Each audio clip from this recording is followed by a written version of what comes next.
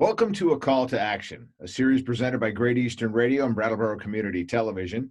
We're covering many different topics, from feeding kids during a crisis to wondering if our money will be safe in the banks.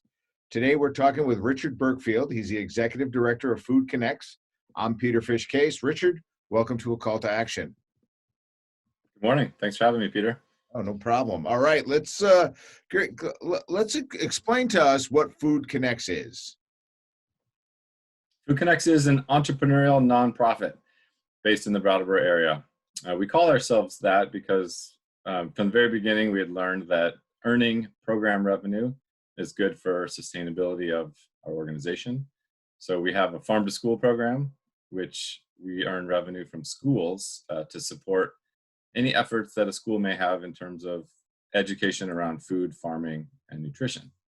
We currently work with 30 schools in the Windham County area, and we've been coaching many schools for up to 10 years and really happy to see what schools have done in terms of gardens and meal programs, etc. We also aggregate and distribute locally produced foods. We act like a distributor. We are different from a traditional distributor in that we are focused on 100% regional products that are source identified. So any of our wholesale customers can choose the farm that they want to purchase from.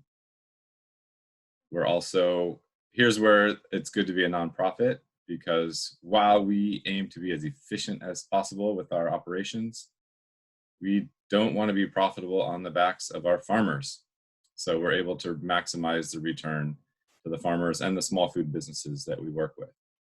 We currently work with over 75 different farms and food businesses and sell to over 130 wholesale customers in the Brattleboro, Keene, and Upper Valley areas right now. Okay. So you mentioned it a little bit about doing something that I truly support, and that's supporting your local farmer. If you just go to your website, foodconnects.org, you can literally see just all these farmers that you do business with. Sourcing the food locally, we know that's important. Talk to me about now, in the middle of a pandemic, talk to me about how important it is for us to source our food locally now, more than it's ever been before. Is that a question or was that a statement? I'm gonna. So it's actually a good question and a good statement at the same time. Right.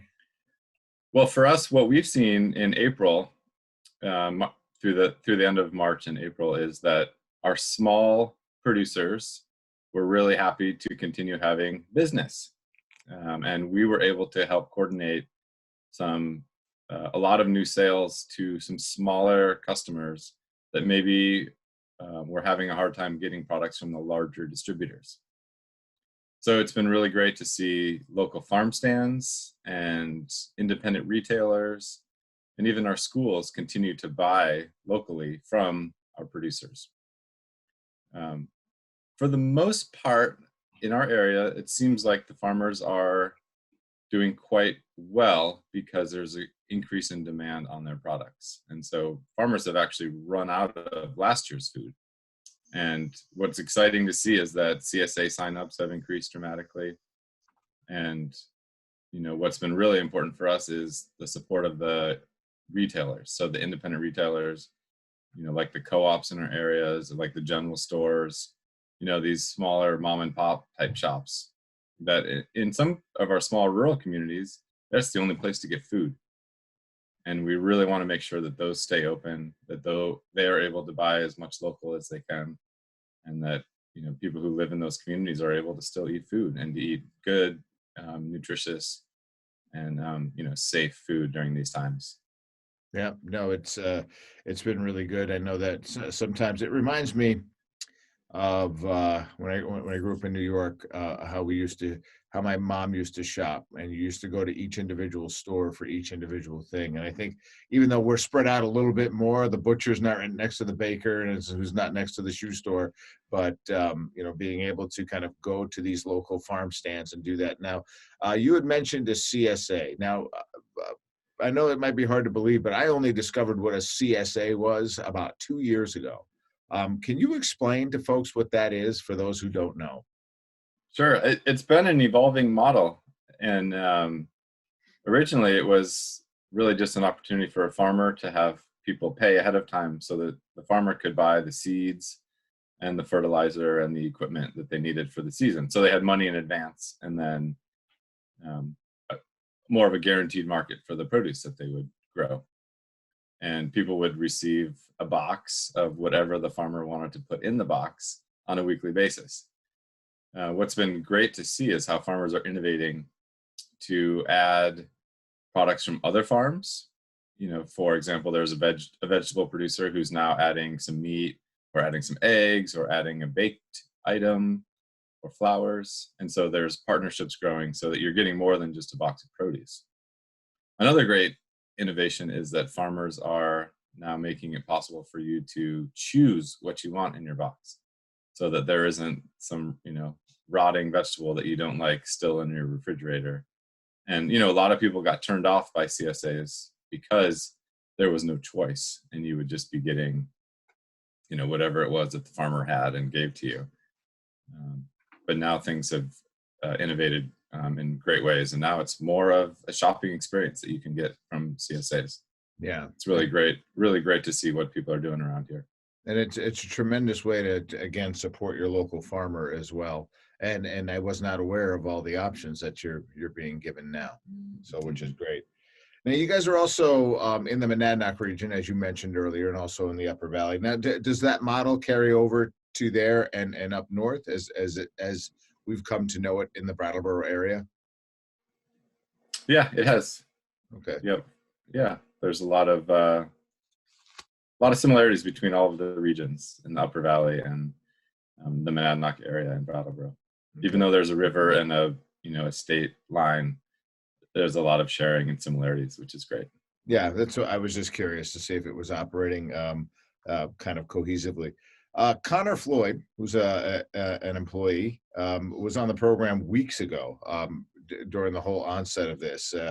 And we talked a little bit about the farm to school program. Now, as unemployment reaches an all-time high, kids have not been in school for months now.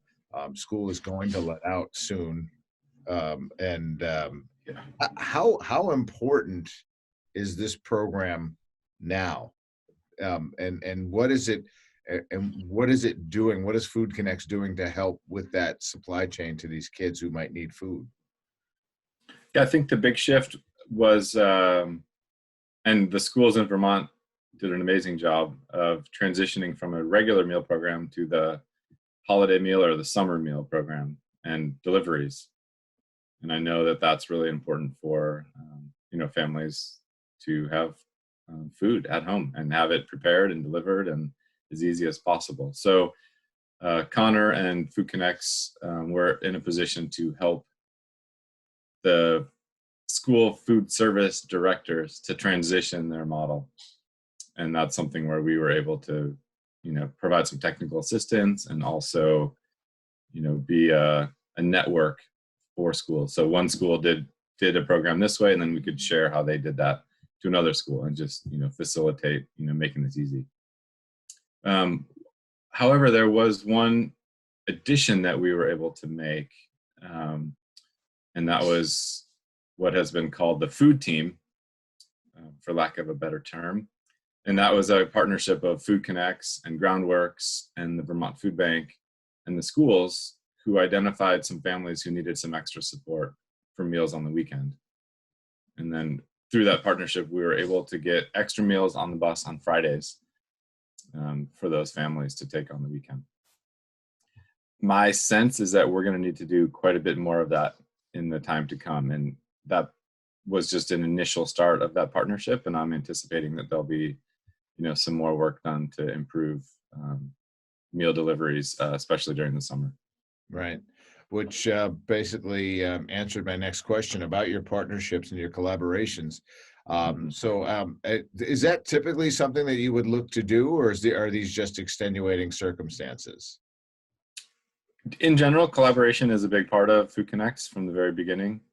And that's something that we enjoy. We're good at. In many cases, we're a more neutral party in a lot of these partnerships. And so that's something that I anticipate Food Connects having a role in the future. But in terms of that specific case, I think, we may have been, pulled into that because of the COVID situation, and also because the other farm to school activities that we usually work on, we haven't been. So we had some extra time and could say, this is a chance for us to use our time to have a big impact with our schools and stay aligned with our mission.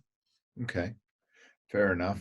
And as far as staying in line with your mission, now, so let me just go back to how you guys operate. And I noticed there is there a way to buy food directly from Food Connects, or do you just source out the farmers? There is a way. So mostly we sell wholesale to schools and hospitals and retailers.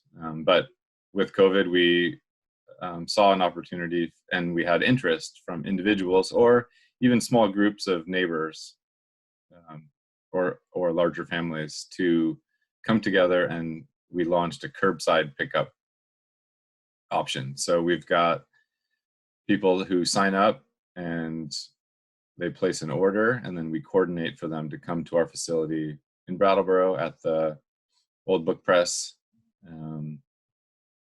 And so people can go to our website and go to the curbside pickup link and see how it works. We sell wholesale, so a lot of what we sell is bulk. So it's not the same as going to a grocery store or an independent retailer. You're gonna get a 25-pound bag of carrots or even a 50-pound bag of potatoes.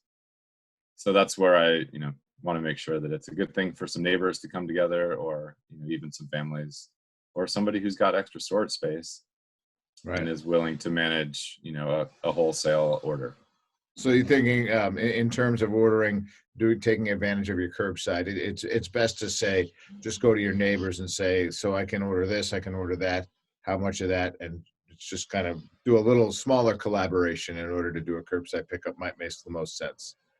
Yeah, that's what people have been doing. But we do have frozen products as well, so you can purchase a meat that's frozen, and then you've got it on stock if you've got a big enough freezer. All right. Now, one of my favorite things to do is to advocate for those that can't advocate for themselves. And you guys advocate on behalf of the farmers and your local farmers. And so talk to me about the things that you do for them in order to make sure that they are a success. What do you do for them? The primary way that we are supporting farmers is finding new markets for their products. Farmers have their hands full with a whole bunch of tasks to take care of on the farm, and growing food and dealing with all kinds of issues. And it seems like the place where we can add the most value for them is by finding new markets, making it easy for them to get increased sales. So, some examples of that is, we're able to sell some Vermont products into the Monadnock area. And that's, it's a long drive. It's not something that a farmer would do on their own, but we could do that. And at the same time, we can sell Monadnock products into Vermont and, make those connections where they previously, were more challenging because of geography. And then we make it really easy. We go pick up, we have one bill for a customer. So then at the same time, a producer gets one check from us. So one producer could sell to 50 customers in a given week.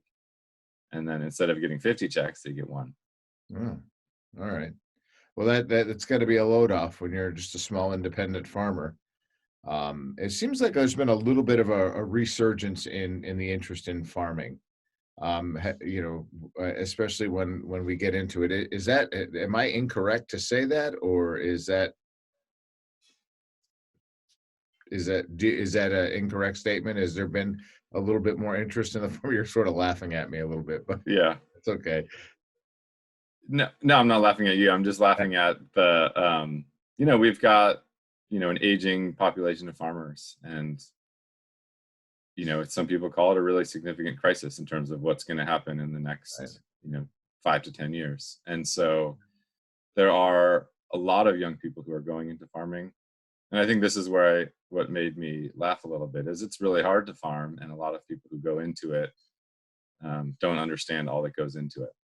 And so, you know, I think there's a lot of interest. A lot of young people start farming and then they realize how hard it is, and then, you know, go back to something else. Right. And I think that's where we as a community need to do what we can to support the local food economy as much as we can, and, you know, support the small farms and make sure that, you know, we're spending our dollars that way when we can, because some young farmers are going to succeed. They are going to be good, and they are going to continue at it. And so what has been happening, which is really important, is there has been some, you know, transition from an older farmer into a younger farmer, to take over the land, take over the infrastructure, you know, and prevent that farm from going out of business. Right. And that's a really important piece right now, as we're transitioning into a new generation of farmers. Maintain the continuity of, you know, in some cases, hundreds of years of, you know, taking care of the land and the infrastructure, and, you know, making productive agriculture. So I think I think my statement comes from in my orbit anyway. It seems like I've been working with um, I don't want to come just short of saying the millennial farmer, but like folks like Wild Carrot and Rebop Farm who are younger, not that typical, you know, flannel shirt and Carhartt overall kind of a picturesque Vermont farmer, but you know these people who are somebody once coined them because they have their little farm stands as iPad farmers, because you pick out everything and you punch buttons on an iPad to pay for everything, and it's all on the honor system. But you know, so maybe that's just where I've got, because to me it's an absolute treat to go and shop at these places and just kind of go in on the honor system and pick up what you need and leave. Yeah. Yeah, I think it's great. It's really fantastic to see the new traditions, you know, new technology, and then, you know, mixed with some old traditions. Right. You know, I think what's great about Wild Carrot is they're also, you know, they're using draft horses for plowing their fields. Yeah. And, Yeah. and then maybe there is an iPad in their farm stand, but, you know, they're making the best of what's available and being really smart about it. Yeah. Working really hard to make it work. Yeah. No, It's great to see. I definitely appreciate that. Richard, is there anything that we may have left out about Food Connects, or something that you kind of want to make sure that we mention before we go our separate ways? I think, you know, the last thing is just to say how pleased we are that, you know, we're able, despite these challenging times, to be able to provide some support to our communities, and to see that, you know, what we're doing is important and valuable. And, you know, just to, I don't think I said this before, but I was wanting to say that our April sales were 300% what they were of April last year. Wow. And so, you know, just a lot of thanks to our customers, and to our wholesale customers, and the customers of our customers, you know, the people who are going to their independent retailers and going to the co-ops, you know, and really supporting local businesses during this time, and just, you know, share how important that is to, you know, us, but mostly to the producers that we work with, and the retail businesses as well. Great. You know, and hopefully as we look ahead, restaurants will start opening up again, and, you know, we'll be in position to really, you know, continue to rebuild our local economy, and food is one way that we can do that. Yep. And local food is what I really has been my kick. Just kind of sourcing as much as you can from your main street to your farmer, and just trying to just operate within your own bubble for a little while. And I think you know, it's what it's going to take for us to pull out of this thing. Yep. Richard, Yeah, I agree. Richard, thank you for jumping on a call to action, shedding some light on the good work that you're doing. I truly appreciate your time. Thank you. Really appreciate being here. All right, Thanks take for your care. time.